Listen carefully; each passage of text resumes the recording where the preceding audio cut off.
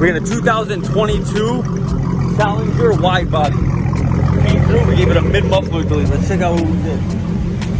This is all stock. It's brand new. That's like 12 miles, 13 miles. This is where we did all the work. We took out the stock mufflers that were right here, ran some 3-inch piping, gave it some very clean welds.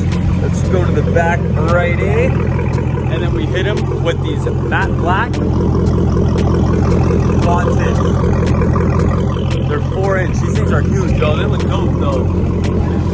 Great first mods for the car, yo. He came out of the dealership, came right to G-Shop.